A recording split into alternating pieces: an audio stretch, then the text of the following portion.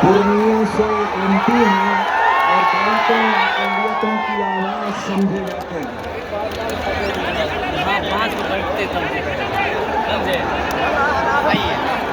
अस्सलाम वालेकुम, जय भीम, नमो बुद्धाय। भैया मैं क्या कहूँ, कुछ भी कहिए, किसके बारे में कहूँ?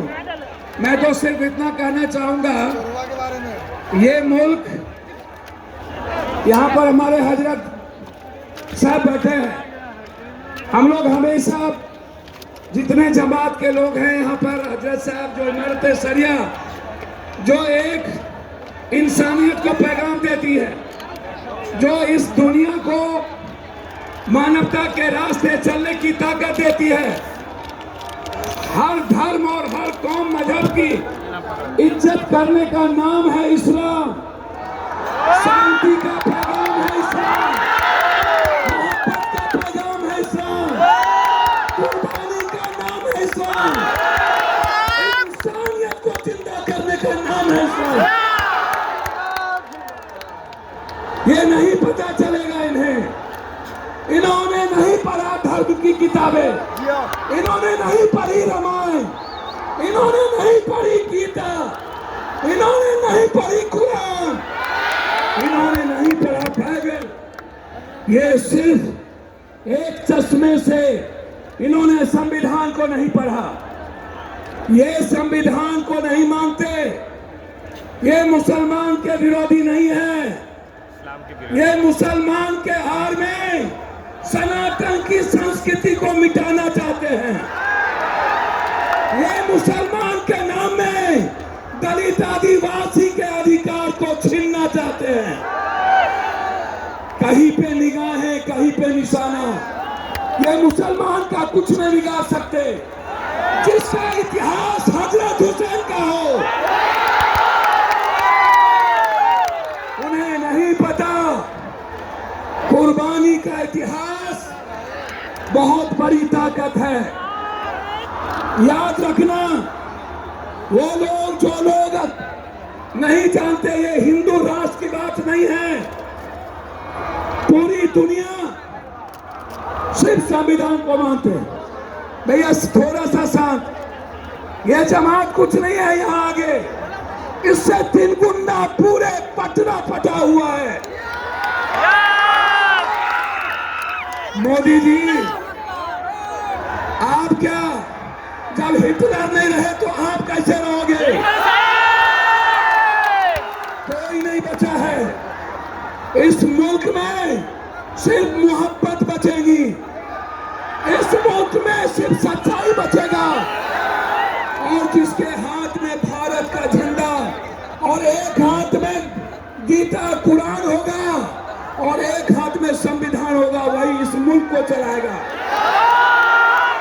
आप मत सोचिए, आप तो मरने वाले कौन हैं?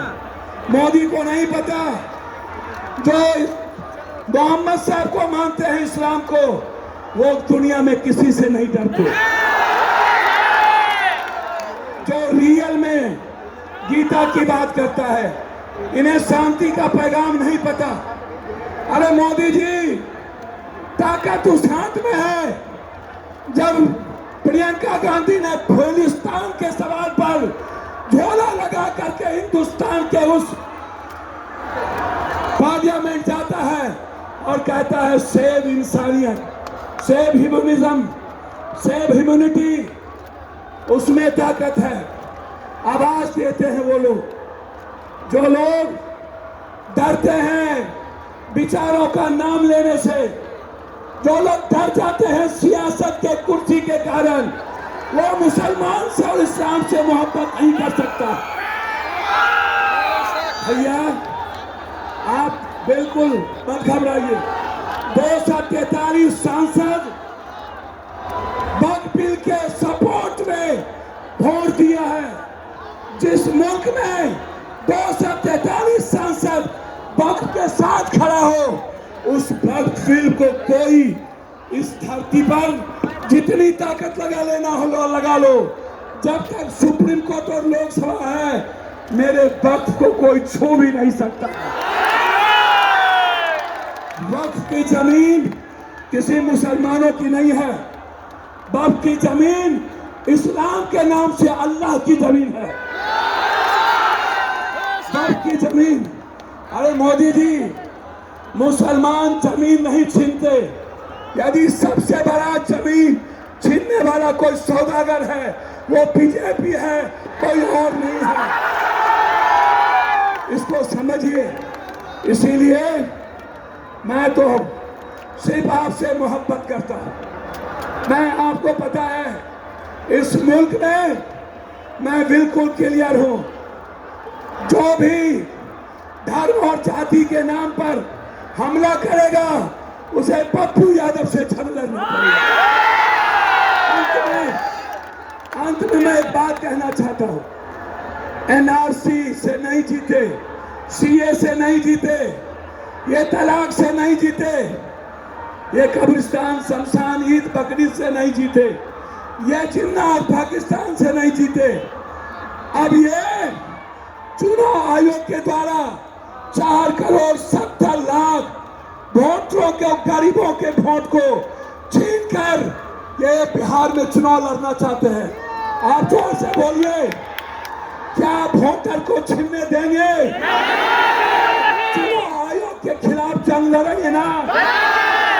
ये प्रॉक्सी वार किया है, मेरे पीठ पर खंजर भोंका है, और 1 महीने के अंदर इस मुल्क का जो 4 करोड़ बिहारी बाहर है, 4,70,00,000, 8 करोड़ में 4,70,00,000 वो बेघर करना चाहता है। क्या हम जाने देंगे?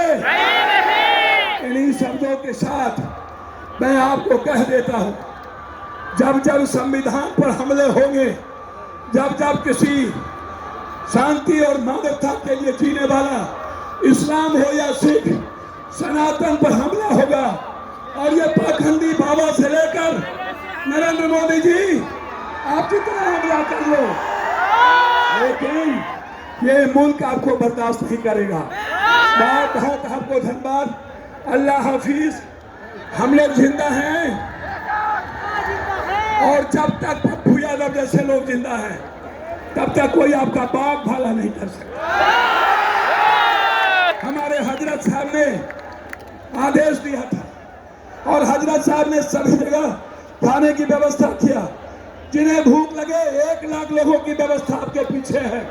बिना खाए नहीं जाइएगा। जब तक पप्पू यादव है तब तक कोई भूखा नहीं जाएगा। ये